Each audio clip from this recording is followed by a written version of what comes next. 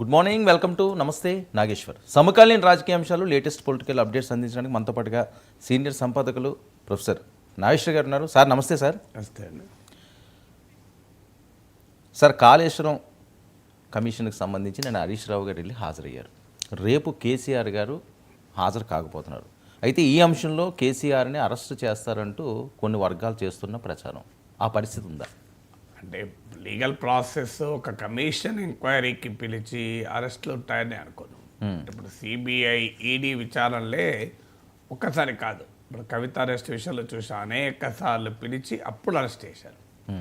అయితే ఈ ప్రశ్న, ఈ అనుమానం ఎందుకు వస్తుందంటే మనకు తెలుసు, రాజకీయాల్లో తాము అధికారంలో ఉన్నప్పుడు ప్రతిపక్ష నేతలను అరెస్ట్ చేయిస్తారు రకరకాల కేసుల్లో. వాళ్ళు మళ్ళీ అధికారంలోకి వచ్చిన తర్వాత వాళ్ళు ప్రతీకారం తీర్చుకుంటారు. మీరు చిదంబరం హోమ్ మినిస్టర్గా ఉన్నప్పుడు అమిత్ షా అరెస్ట్ అయ్యాడు. కారణాలు ఏదైనా, అమిత్ షా హోమ్ మినిస్టర్ అయ్యాక చిదంబరం ఒకరోజు 2 రోజులు అయితే జైల్లో పెట్టి సంతృప్తి అయితే చెందాడు. అల్టిమేట్గా ఏం జరుగుతుందో ఏమీ జరగదు. Process is the punishment. ఎవరికి ఏమైంది? అమిత్ షా జైలుకు పోయి హోమ్ మినిస్టర్ అయ్యాడు. చిదంబరం జైలుకు పోయి ఎన్ని రోజులు ఉన్నాడు? 6 నెలలు ఉన్నాడా, 7 ఏడాది ఉన్నాడా, జీవిత ఖైదు అనుభవిస్తున్నాడా? ఒక లాలూ ప్రసాద్ యాదవ్, మధు కూడా ఇలా ఒకరిద్దరు కేసులు మినహా దేశంలో రాజకీయ నాయకులకి ఎవరికి ఏమీ కాదు. ఓన్లీ అంటే కొంత జగన్మోహన్ రెడ్డి లాంటి వాళ్ళు 16 నెలలు ఉండొచ్చు. అల్టిమేట్లీ ప్రాసెసే పనిష్మెంట్ తప్ప సీరియస్గా ఏమి అవుతుందని అనుకోను. సో అలాగే మీకు రేవంత్ రెడ్డిని కేసీఆర్ జైల్లో పెట్టించగలిగాడు. 14 రోజులు జ్యుడిషియల్ రిమాండ్.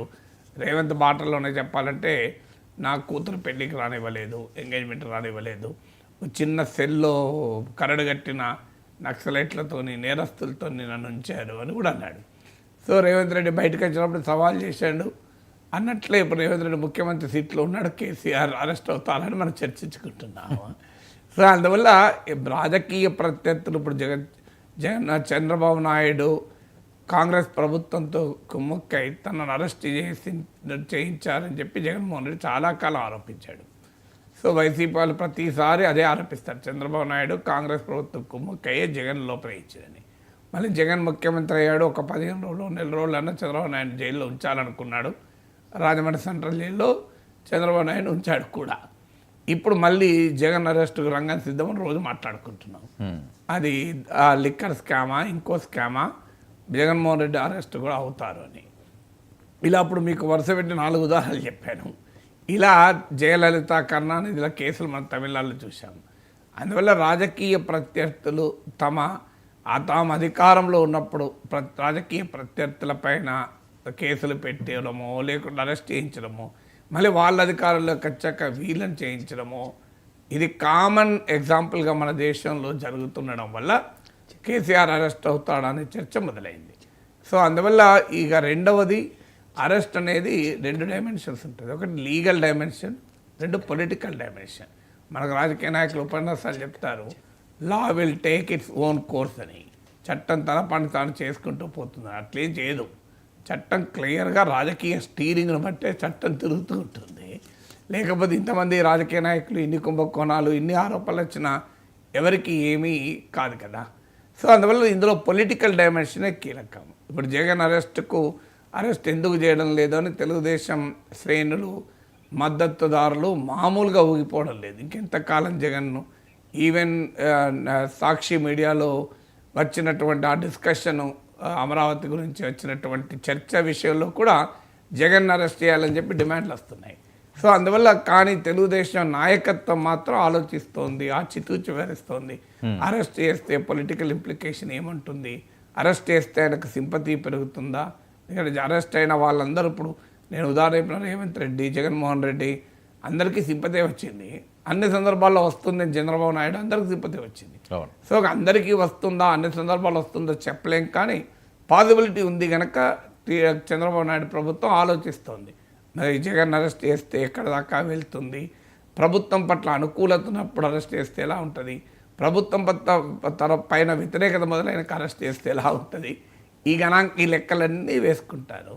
సో అందువల్ల ఇప్పుడు కూడా రేవంత్ రెడ్డి ప్రభుత్వం నిజంగానే అరెస్ట్ చేయాలి అనుకుంటే, కాంగ్రెస్ ప్రభుత్వం కేసీఆర్ని అరెస్ట్ చేస్తే ఏమవుతుంది, లాభమా నష్టమా అని బెరీలు తీసుకుంటారు కదా. సో అందువల్ల ఆ పొలిటికల్ క్యాలిక్యులేషన్ ఒక డైమెన్షన్. రెండో డైమెన్షన్ లీగల్ డైమెన్షన్.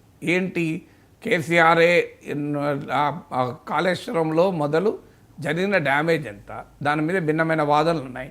బీఆర్ఎస్ వాదన ఏంటంటే ఒక పిల్లర్ కుంగితే కాళేశ్వరమే కూలిపోయిందని అంటారా అని. లేదు, డ్యామేజ్ చాలా ఎక్కువ ఉంది, చాలా సివియర్గా ఉంది అనేది కాంగ్రెస్ పార్టీ వాదన. సో అది కమిషన్ ఆఫ్ ఎంక్వైరీలో ముందు తేలాలి. తేలిన తర్వాత దానికి కారణమేంటి, దానికి ఏమైనా క్రిమినల్ కల్పబిలిటీ ఉందా, క్రిమినల్ నెగ్లిజెన్స్ వల్ల జరిగిందా, అంటే నేరపూరిత నిర్లక్ష్యమా, నేరపూరిత కార్యం ఏమైనా జరిగిందా, అప్పుడు దానికి బాధ్యులు ఎవరు, కన్స్ట్రక్షన్ చేసిన కంపెనీ బాధ్యులా, కంపెనీ అనే వరకు మళ్ళీ అన్ని పార్టీలు ఏవైనా కంపెనీల దగ్గరికి వచ్చే వరకు అందరూ ఒకటే. మీకు అది కాళేశ్వరం కావచ్చు, పోలవరం కావచ్చు, పెద్ద పెద్ద కాంట్రాక్టర్లు ఉంటారు, మన పేర్లు చెప్పడం మంచిది కాదు, అందరికీ తెలుసు. వాళ్ళ విషయంలో రాజకీయ పార్టీలన్నీ ఏకమవుతాయి, ఎందుకంటే అందరికీ ఫండింగ్ చేసేవాళ్ళు వాళ్ళే. అందువల్ల మళ్ళీ ఆ కంపెనీ లయబిలిటీ ఎంత ఉందా, కల్పబిలిటీ ఉందా, తర్వాత వ్యక్తిగతంగా ఇప్పుడు కేసీఆర్ని ఇంప్లికేట్ చేయొచ్చా, ఇప్పుడు ఆయనే ఈ పిల్లర్ డిజైన్ గీసిచ్చి దీన్నే కట్టమని అన్నాడా, అంటే ఇంజనీర్లు అట్లా కడతారా. సో ఇలాంటి టెక్నికాలిటీస్ కూడా ఉంటాయి. అంటే పొలిటికల్ డిసిషన్ ఒకటి కావాలి, లీగల్గా నిలబడుతుందా లేదా అనే అంశం కూడా ఉండాలి. ఈ రెండు అంశాలు అయినప్పుడు అప్పుడు అరెస్ట్ వ్యవహారం ఉంటుంది. అక్కడ పర్సనల్ ఈగోస్, సో తనను అరెస్ట్ చేయించిన వ్యక్తిని తాను కూడా వారమో 2 వారాలు జైల్లో పెట్టాలి అనేటువంటి వ్యక్తిగత కాంక్ష కూడా ఉంటుందా.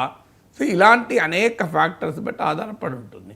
అందుకని ఇవాళ అరెస్ట్ అనేది కేవలము లీగల్ ఆస్పెక్టే కాదు, ఇది పొలిటికల్ ఆస్పెక్ట్. జగన్ అరెస్ట్ చేస్తే వైసీపీ రాష్ట్రం అంతా ఆడావిడి చేసింది.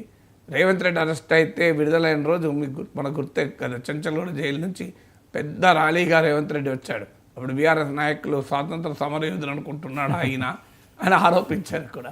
ఇప్పుడు కూడా పేపర్లో చూసాం, ఇవాళ పత్రికల్లో కూడా వచ్చింది, కేసీఆర్ కమిషన్ ముందు హాజరవుతున్న సమయంలో భారీ సమీకరణ అని.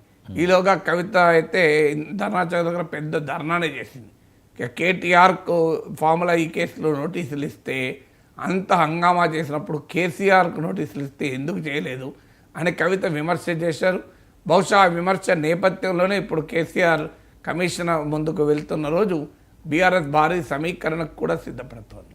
అందువల్ల ఇది ఒక వెబ్ ఇది పొలిటికల్, టెక్నికల్, లీగల్ ఇలాంటి అనేక అంశాలతో కూడుకున్నది కనుక ఇప్పటికిప్పుడు అరెస్ట్ అవుతారని అనుకోను. అరెస్ట్ చెయ్యరాది ఈ విషయంలో నోబడి నోస్. ఇవన్నీ క్యాలిక్యులేషన్స్, పొలిటికల్ క్యాలిక్యులేషన్ ఉండాలి, టెక్నికల్ క్యాలిక్యులేషన్ ఉండాలి, లీగల్ క్యాలిక్యులేషన్ ఉండాలి.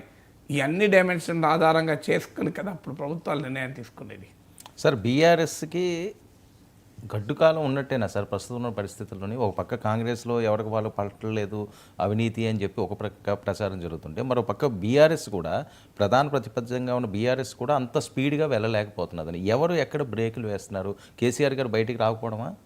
కేసీఆర్ బయట రాకపోవడం, ఇంకా మన వరంగల్ సభ జరిగితే బయటకు రాకపోవడం, అంటే అప్పుడప్పుడు రావడం తప్ప రెగ్యులర్గా ప్రాసెస్ అని. అక్కడ పార్టీ యాక్టివిటీ కేటీఆర్ హరీష్ రావు నడుపుతున్నప్పుడు ఇప్పుడు కేసీఆర్ బయటకు వచ్చి ఇమీడియట్గా చేసేది ఏముంది అక్కడ? నీకు ప్రభుత్వం అధికారంలోకి వచ్చి ఏడాది కాకముందు పొలిటికల్ యాక్టివిటీ భారీ ఎత్తున ఉండదు. అందులో బీఆర్ఎస్ యాక్టివ్ కాలేదనుకోవడం కూడా కరెక్ట్ కాదు. వాస్తవంగా తన ఓటింగ్ అసెంబ్లీ ఎన్నికల తర్వాత మీకు లోక్సభ ఎన్నికలకు వచ్చే వరకు 20% డిక్లైన్ అయింది బీఆర్ఎస్ది.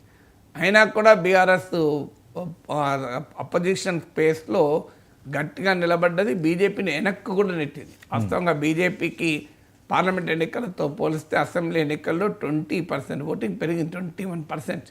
అయినా కూడా బీఆర్ఎస్ అపోజిషన్ స్పేస్లో బీజేపీని వెనక్కు నెట్టి నిలబడ్డది కదా. అందువల్ల బీఆర్ఎస్ యాక్టివ్గా లేదు అనడం కరెక్ట్ కాదు. అంటే కేసీఆర్ రోడ్డు మీదకి వస్తేనే యాక్టివ్, రోడ్డు మీదకి రాకపోతే యాక్టివ్ కాదు అనుకోలేదు కదా. అలాంటప్పుడు కేసీఆర్ స్టైల్ విషయంలో ముఖ్యమంత్రి ఉన్నప్పుడే కూడా ఆయన చాలా బయటకు వస్తలేడని బాగా చర్చ జరిగింది కదా. సో అందువల్ల అది ఇష్యూ కాదు. ఇష్యూస్ పొలిటికల్ యాక్టివిటీ పార్టీది ఆగిందా లేదా అనేది క్వశ్చన్ అవుతుంది తప్ప కేసీఆర్ రోడ్డు మీదకి చేంజ్ ఇప్పుడు ఇమీడియట్గా ఏముందని పెద్ద పెద్ద ఉద్యమాలు ఏమి నడవడం లేదు కదా.